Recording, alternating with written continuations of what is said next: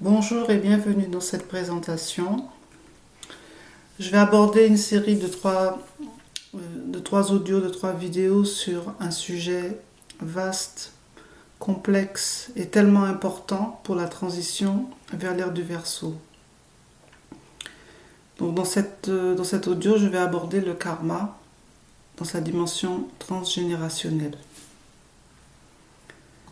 Le karma transgénérationnel fait intervenir la notion de famille et de communauté. On ne peut pas occulter cet aspect de l'éveil spirituel, car la spiritualité est née de la communauté. La spiritualité en tant que culte, rite et cérémonie est née de ce besoin de créer l'équilibre au sein de la communauté, dans une vision spiralée et non hiérarchisée comme le modèle dans lequel nous vivons actuellement.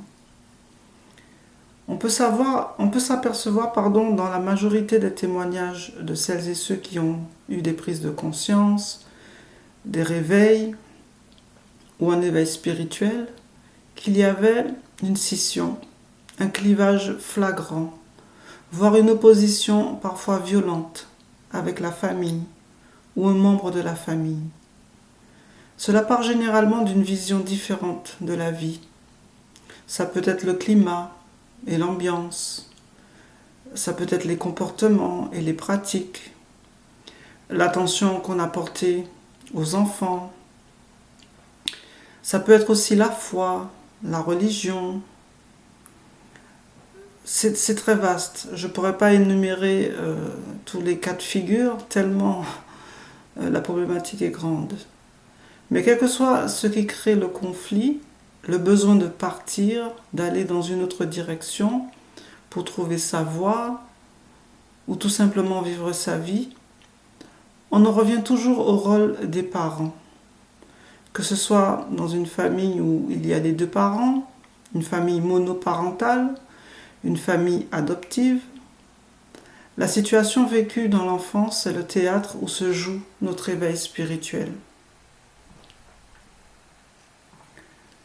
Il n'est pas utile d'être éveillé pour voir que les familles aujourd'hui sont presque toutes détruites. Les égrégores des familles sont la plupart détruites.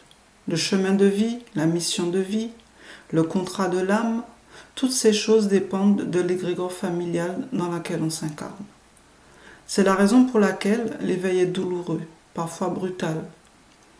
Parce qu'il faut non seulement se guérir, mais il faut aussi guérir son karma transgénérationnel. Faire la paix avec son passé, avec ses lignées familiales, ses lignées ancestrales. Tout cela, ce sont des étapes incontournables dans le processus d'éveil, qu'il soit collectif ou individuel. Et cela démontre aussi tout ce que nous vivons à l'heure actuelle. Il est vrai que lorsqu'on parle de l'ère du Verseau, beaucoup se disent « chouette, on va passer en 5D », on va vibrer plus, on va manifester plus, on va se libérer de ce monde qui nous a servi et nous met en esclavage.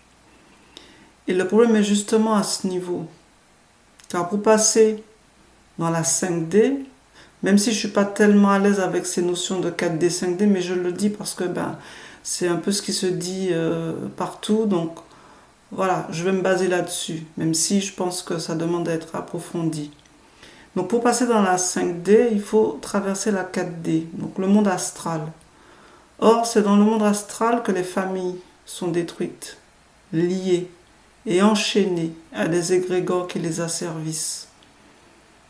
Si la famille est conflictuelle dans le plan matériel, s'il y a des problèmes d'inceste, de rivalité, fratricide, des jalousies, des manquements en tout genre, c'est parce que tout cela a lieu dans le spirituel.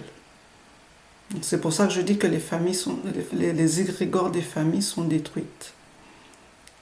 Il est là le poids du karma transgénérationnel.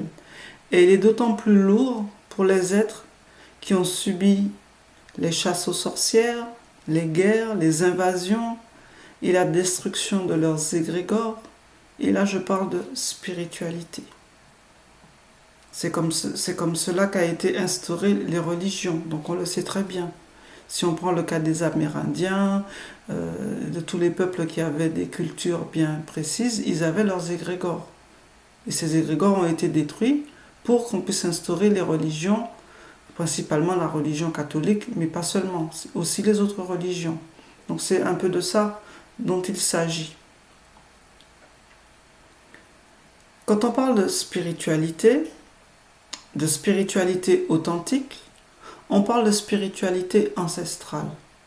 La spiritualité ancestrale est basée sur le principe de la communauté, sur des cultes, des rites et des cérémonies qui apportent l'équilibre dans toutes les sphères de la communauté. Le principe de la communauté est basé sur le principe de la création universelle, en forme circulaire, spiralée et non hiérarchisée. La hiérarchie est un principe de loi et de fréquence. Cela veut dire que chacun est placé selon sa fréquence vibratoire et non son niveau d'asservissement. Donc, je ferme cette parenthèse parce que ça aussi c'est encore un autre sujet. Aujourd'hui, on nous vend une spiritualité basée sur un principe individuel. L'éveil spirituel sert pour beaucoup à avoir plus de connaissances, plus de pouvoir sur autrui. Car oui, aujourd'hui on monnaie le savoir, on monnaie la connaissance, voilà, c'est devenu pratique courante.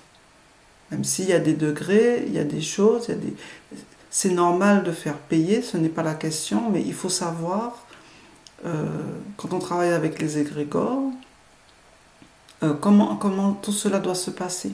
Donc il y a des lois par rapport à tout cela. Le marketing avant consistait à vendre des produits et des services. Aujourd'hui, c'est presque entièrement dirigé pour créer des coachs à l'appel. Le modèle consiste à créer une communauté où le coach est le roi, la reine, et règne en seigneur et maître. Est-ce négatif? Non. C'est le même principe qu'en magie. La magie est intention. Si les intentions sont dans le respect des lois du vivant, c'est de la bonne magie. Si la magie est dans le but de nuire, c'est de la magie noire. C'est toujours l'histoire du marteau et de celui qui tient le marteau.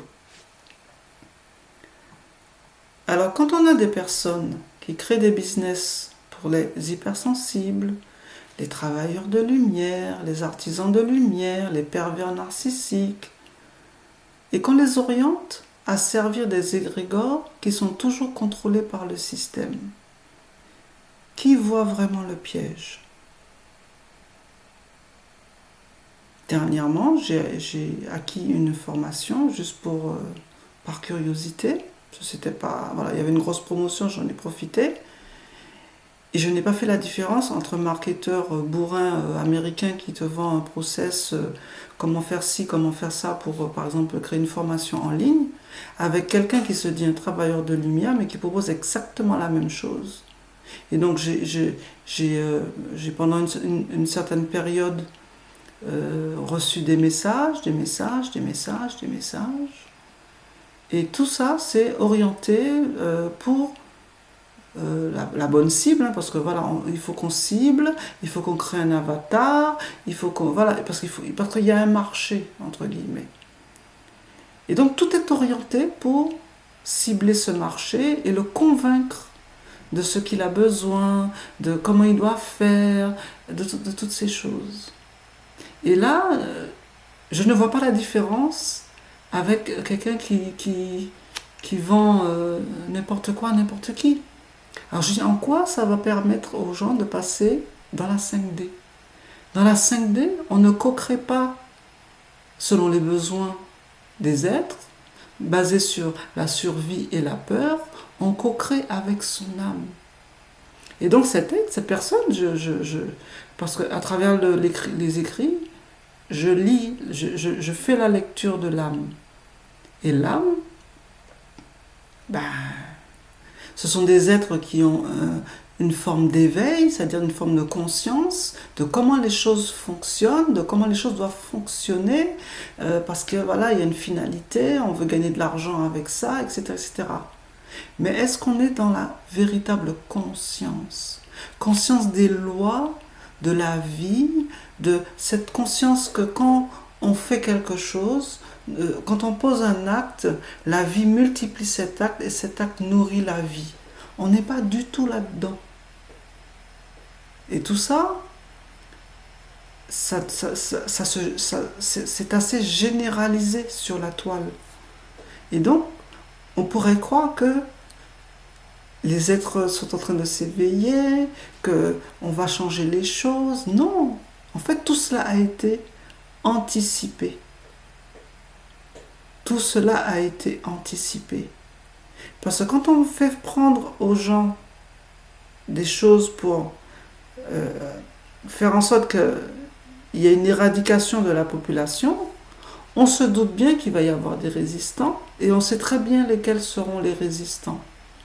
Et ces résistants, ils sont infiltrés de telle sorte que ils vont servir ces égrégores sans même s'en rendre compte, sans même le savoir. Parce que pour le voir, même pour sentir, il faut avoir éveillé ses sens subtils. Il faut avoir reconnecté avec son âme dans son aspect multidimensionnel. Il faut avoir contact avec son esprit. Et là, on est dans la vraie spiritualité. On n'est plus dans la manipulation de notre esprit. Quelque part, l'esprit est comme illusionné. Donc, on manipule l'esprit parce que l'esprit est illusionné. Donc, pour reprendre son esprit, récupérer son esprit,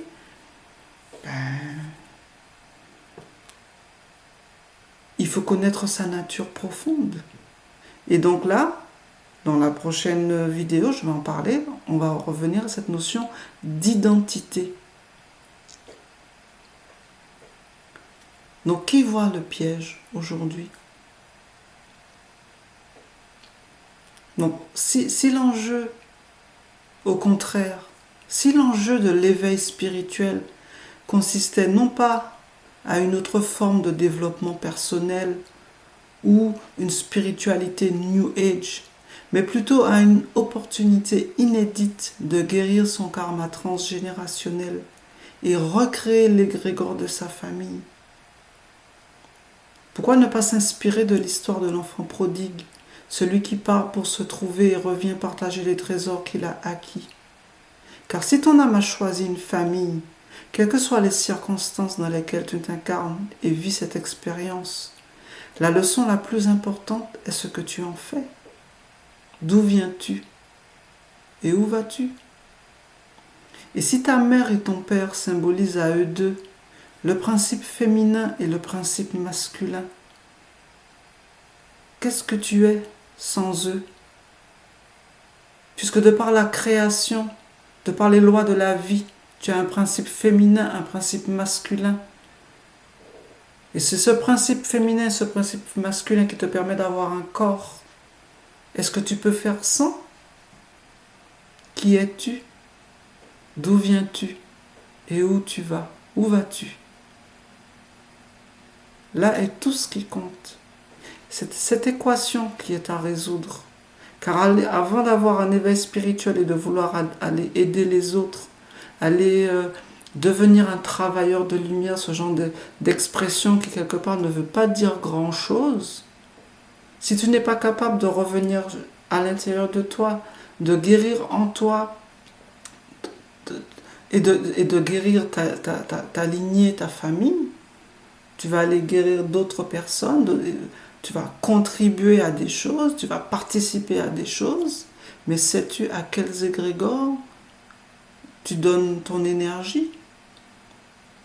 Donc, ce n'est pas négatif en soi, mais d'abord, si tout le but c'était de recréer ton égrégore familial pour permettre aux égrégores ancestraux de revenir, ou plutôt de se guérir, car elle est là, la transition vers l'ère du Verseau. C'est le retour des égrégores ancestraux, c'est le retour de la véritable spiritualité. Et cela passe par les lois de la nature, de la compréhension des lois de la nature et de vivre en équilibre avec la nature. Si ça c'est ta nature, alors tu sais ce que tu as à faire.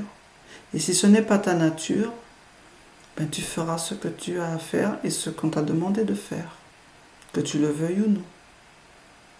Donc qui es-tu? D'où viens-tu? Et où vas-tu? Donc nous aborderons dans la suite la notion d'identité,